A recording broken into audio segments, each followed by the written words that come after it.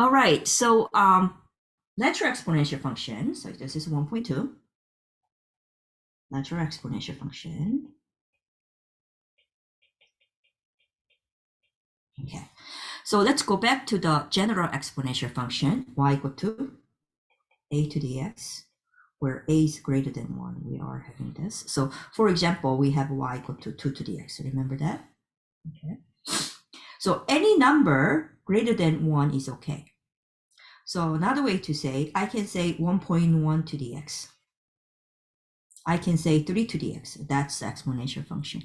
I can say 5 to the x. I can say 10 to the x. So as long as this base number is bigger than 1, okay, we can do it.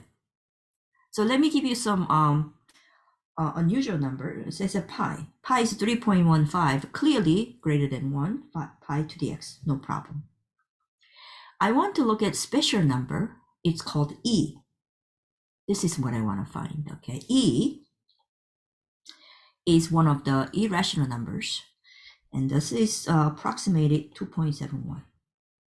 Okay, 2 to the power 1, we write it 2. We don't write it 2 to the power 1. E to the power 1, we write it e, not e to the power 1. This is a notation, okay?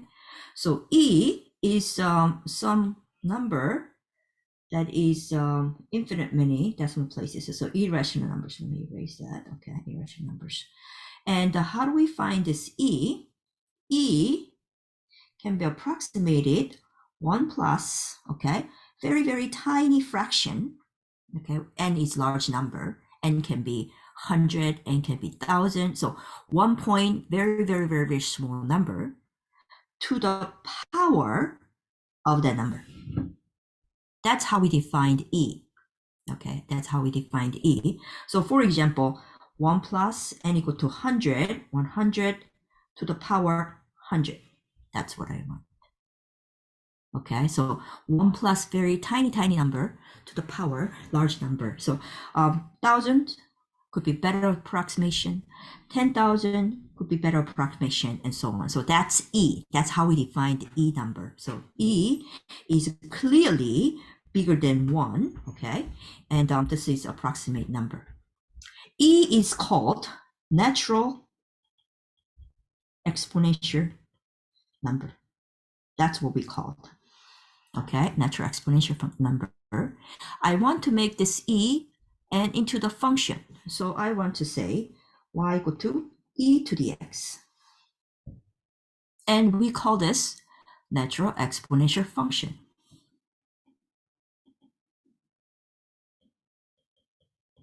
Okay, the only difference from here to here is now a to e. A can be any number greater than 1.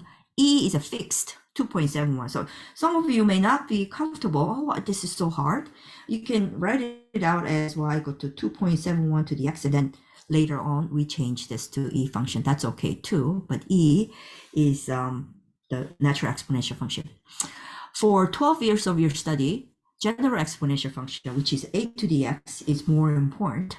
Pre-calculus and beyond, natural exponential functions are more important. So you use more natural exponential function than general exponential function. Just keep in mind, okay?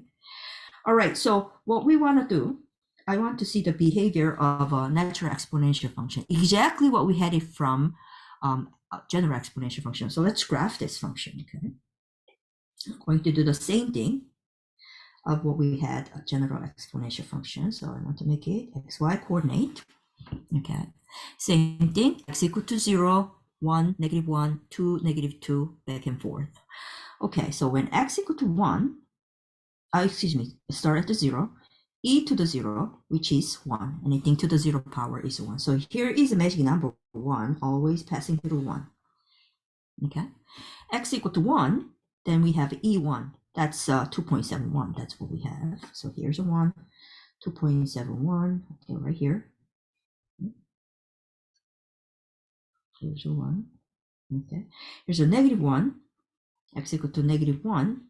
E to the -1. 1 over e, which is 1 over 2.71. Very small number. So there's somewhere here. 2 here, e2. So it gets some large number. -2, so that small number. Now you see, the important part is the shape of this function. Isn't this really same as a to the x? Same shape. As I said, it's a steeper or slower and things like that, but everything is the same like this. So once you have one picture, as I said, one picture shows 1,000 words. We want to analyze from this picture. Exactly what we had it from general exponential function. So let's do it. Okay, let me see if I have that work. From this guy, e to the 0 is 1. Okay, one end. Okay, one end. E to the negative infinitive is 0. When x gets a negative large number, e function goes to 0, above 0. Of course, this red curve is above x-axis, so we know e to the x is all positive. The other end, e to the positive infinitive, which is a positive infinitive. Okay, large number. Okay. Domain is all real numbers. Or we can say it's a negative infinitive to positive infinitive, all x values. Range, that is above x-axis, 0 to infinity, or all positive numbers. One more thing, when you look at this, the graph of function, it goes this way. You look, compare to the left side to the right side, always right corner is bigger than the left corner. Agree? Always right corner is bigger than the left corner. We call this function increasing function. Okay, function is increasing. Exponential function. Do we understand this? I want to look at e to the negative x. Okay, so similar to what we have 2 to the x, 2 to the negative x, negative 2 to the x. Remember that? So I want to see some transformation. Let's look at this guy. E to the negative x. Same thing as here, 1, magic number. Okay, when it is a 1, e to the negative 1, so it's a small number. When it's a negative 1, e to the negative of negative 1, which is e to the positive 1, in this way. So what do we see? We see it goes this way. Okay, what do we see? Reflect by y-axis, okay?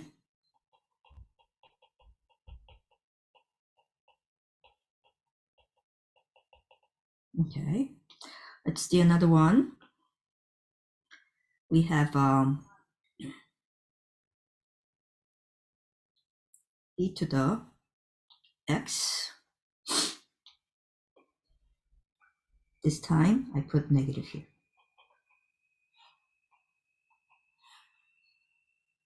Okay, so xy coordinate.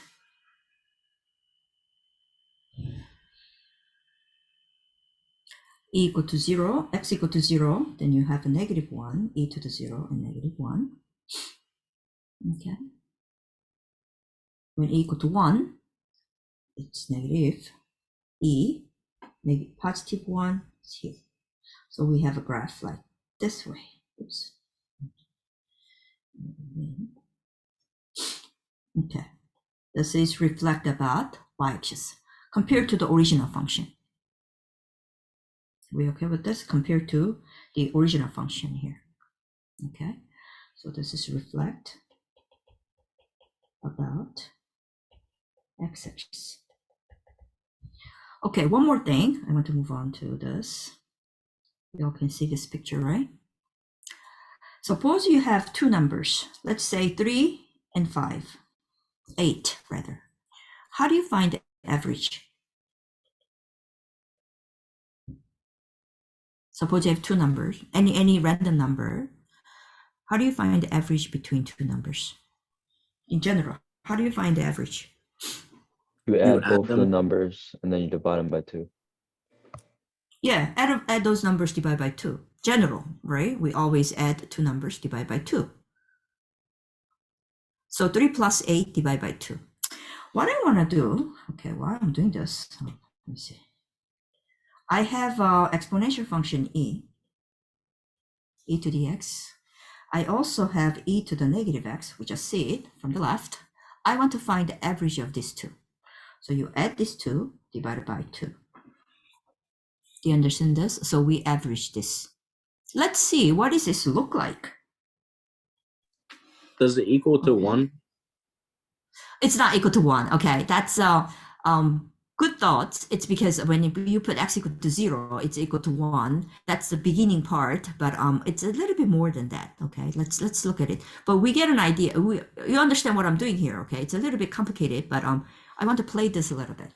So I am making average of e to the x and e to the negative x. So let's look at what was e to the x. So this is e to the x, and this is e to the negative x. I want to make an average of these two. Okay, I want to make an average of these two.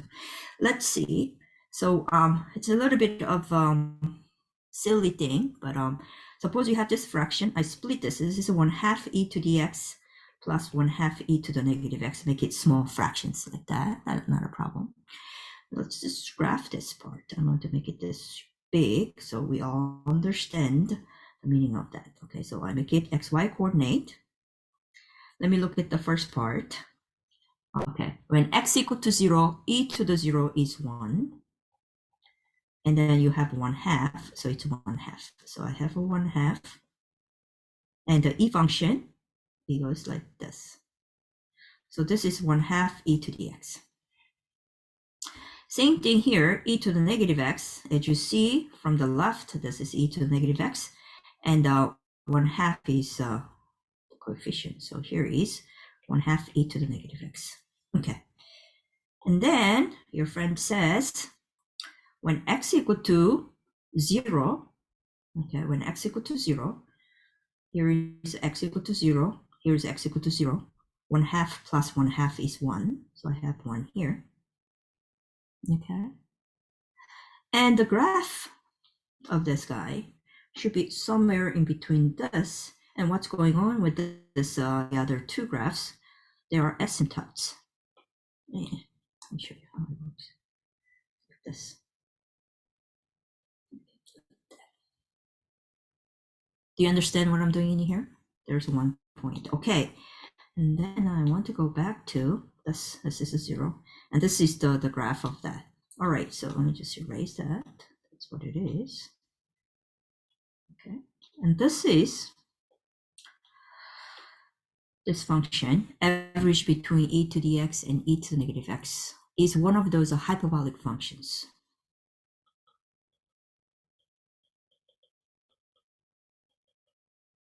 Okay. Have you guys heard hyperbolic cosine, hyperbolic sine, or any hyperbolic function? Never heard. Okay.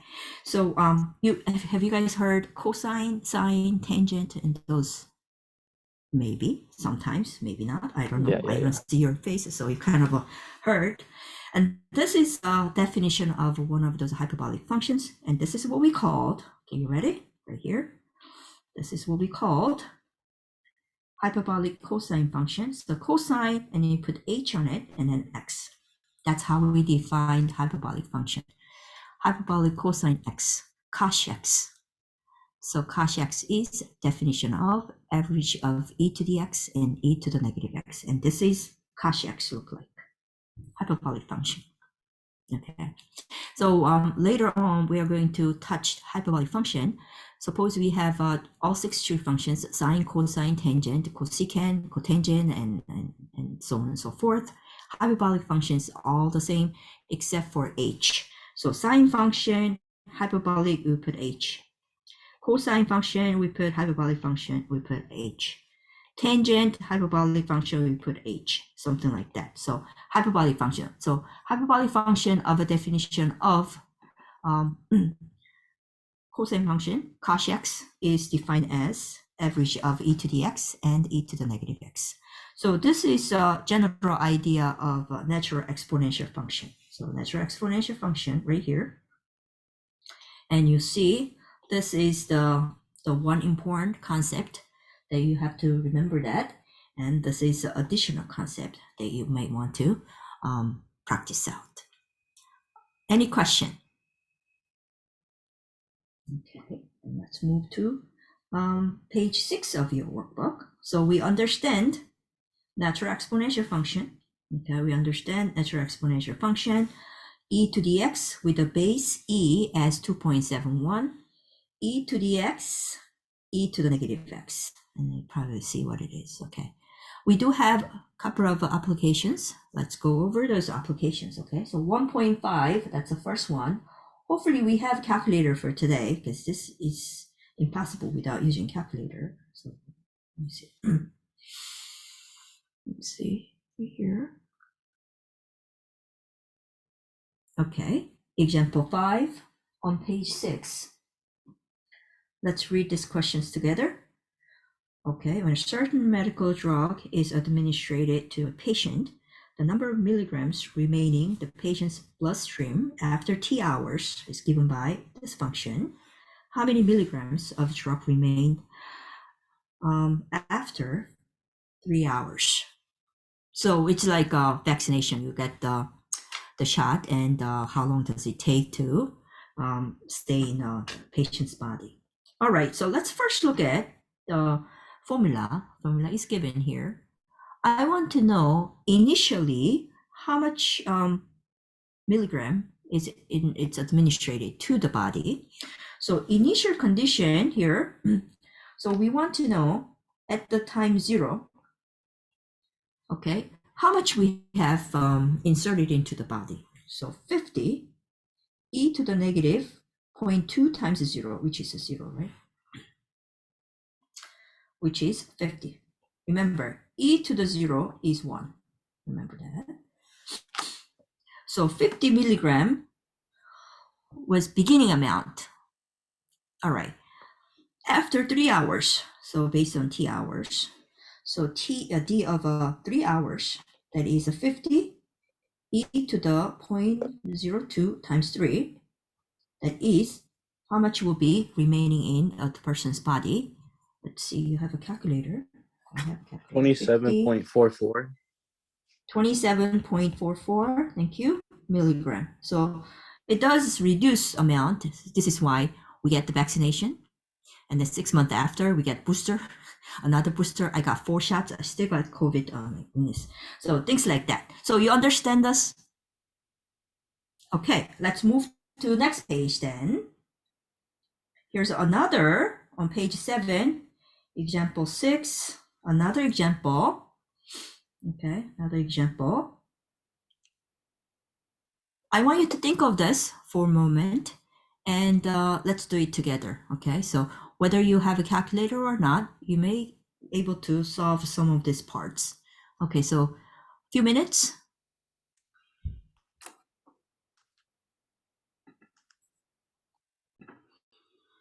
Okay, so let's go over this together. So first, the first question says, how many infected are there initially? So 10,000 people, 10,000 population in that small town. How many were sick at the beginning? So we are looking at the initial amount of this infections. So 10,000 divided by 5 plus 1245 e to the 0, which is 10,000 over e to the 0 is 1. So 1250 and 8 people. Some of us say is it 8? Okay, this is really calculator answer. So initially 8 got sick. 10,000 population. It's like the pandemic that we have beginning with. A very small number of people get sick and they spread it all over the place.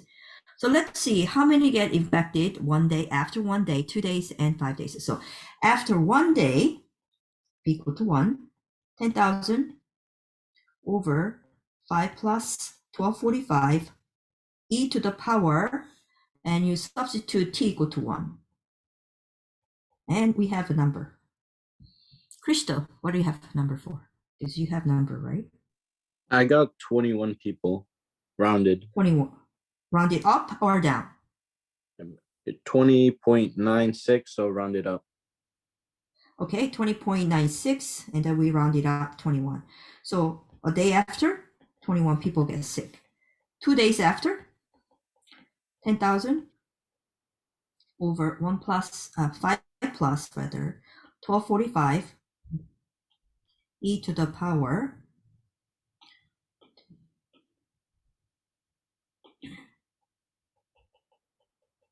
e to the power 0.97 times 2, we have, is it 1.9794? And what do we have? Approximation? I got 54.37.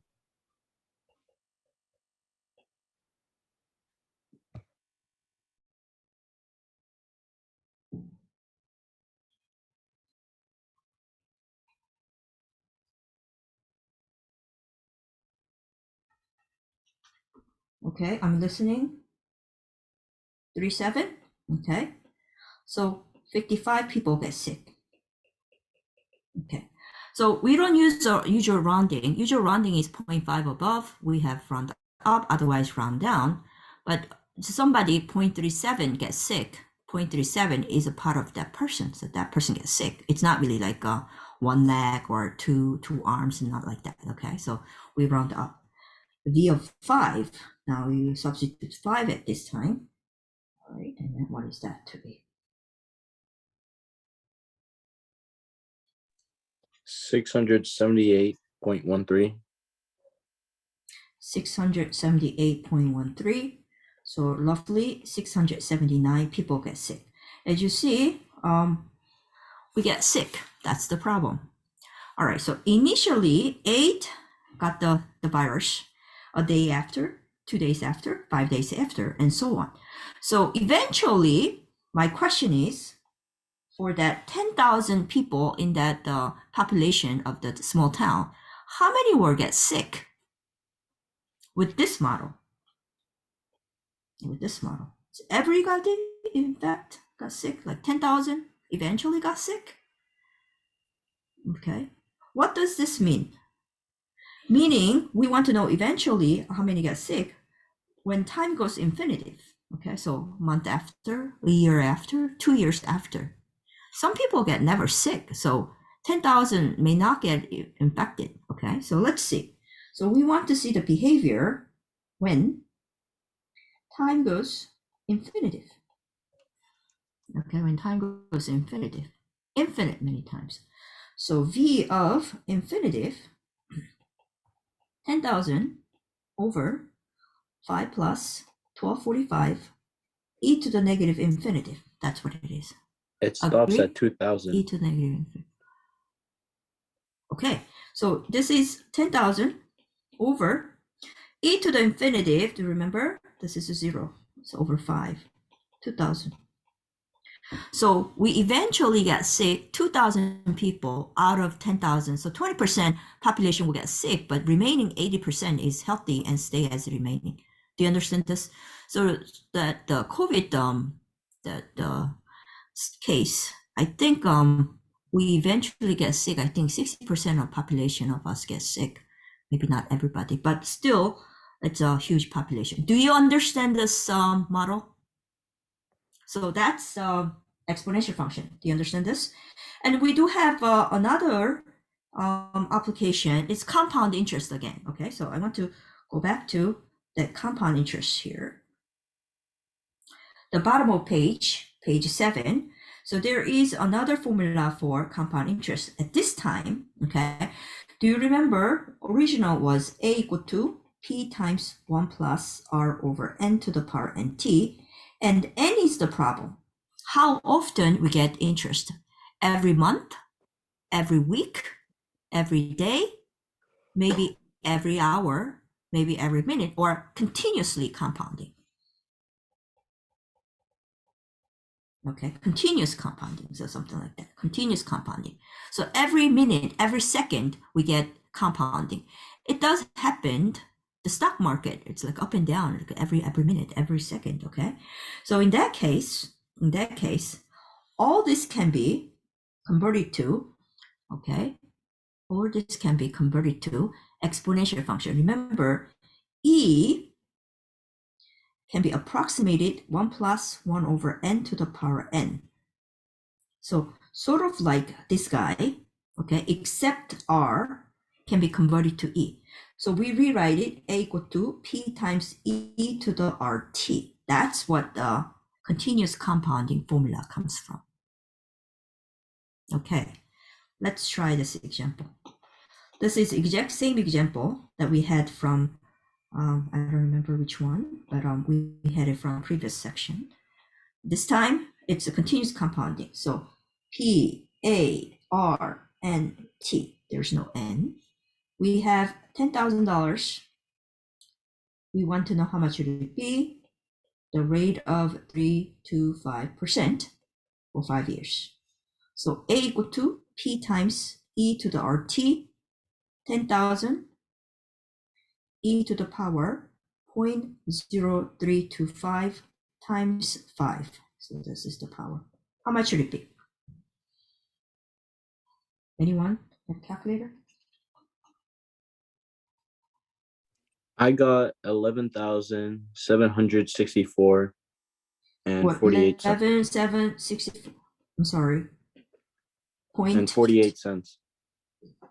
48 cents. Okay. Now I don't have that page, so you guys flip the pages over. When you compare with the monthly, how much was the monthly balance? A equal to 11 something. I think it was 61 instead of 64. So a $3 difference. 61, even number at the any cent? 61.90. 90. Okay, how about the weekly? We have computed this morning. A equal to 11,764, I believe. And how many, what's the cent? 89. It was 11,763.89. Oh, 63. Oh, 3. Okay. 63.89. And then we have a continuous compounding, A equal to 11,764 and 48. As you see, the balance gets higher and higher. Why is that? It's because of compounding, okay? So every week, every month, and then you have continuous compounding. It's like this, but it's not really going like infinitive. Do we understand this? Natural exponential function. Any question?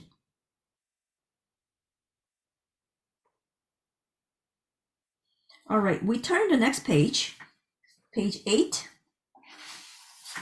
page 9. Okay. Problem 7, 8, 9, 10. Okay, number 10 is a hyperbolic function. We just had this. 11 and 12, compound interest. Okay, and those are homework. Okay, written homework. That's for the weekend.